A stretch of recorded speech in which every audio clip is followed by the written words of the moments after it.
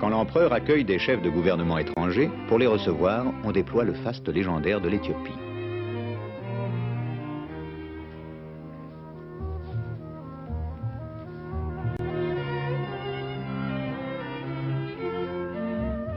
Le décorum est le même que celui de tous les banquets officiels du monde, et la même ambiance courtoise règne.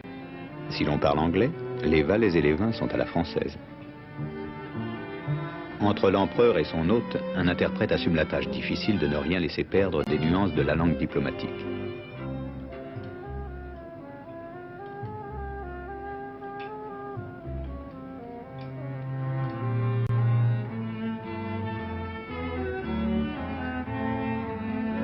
Toute la cour est présente pour entourer le souverain, et à la première place, son fils, le prince héritier.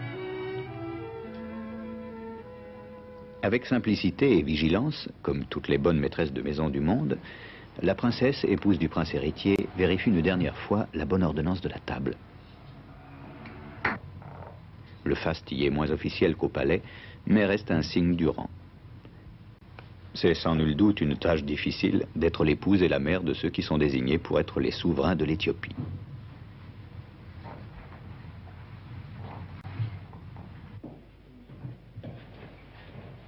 C'est le Mered Asmach Asfa Vosen Haile Selassie, prince héritier, qui va lui-même nous parler de sa vie.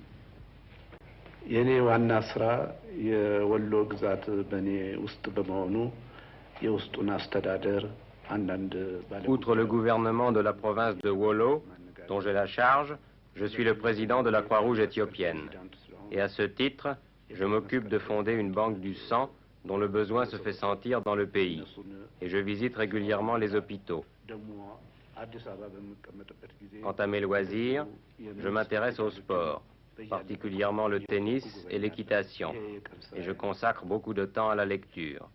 Votre Altesse s'occupe-t-elle elle-même de l'éducation de ses enfants?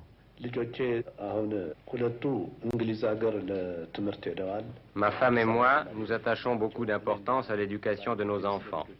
Nous suivons leurs études de très près et nous les envoyons à l'école publique à Addis Abeba.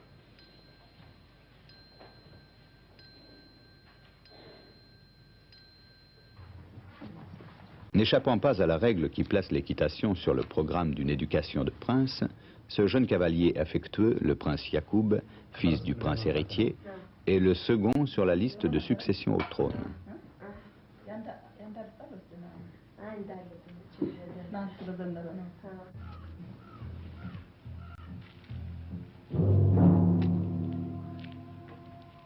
Le lion est l'animal privilégié de la tradition légendaire, symbole de la fonction impériale. Entouré de ses petits-enfants, l'empereur lui consacre la première halte de sa promenade quotidienne. C'est le moment où, libéré des contraintes protocolaires, il devient un homme presque comme les autres.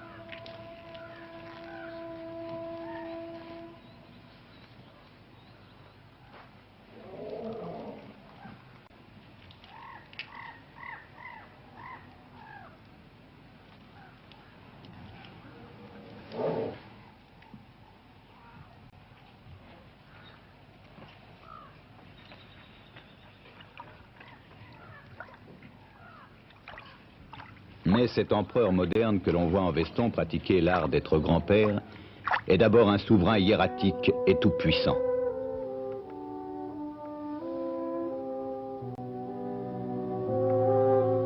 Ce décor somptueux est à la mesure d'une solitude impériale et c'est avec respect que les serviteurs découvrent. Pouvoir tout, n'avoir le droit de montrer ni un doute ni une hésitation, tel est le lot d'un monarque.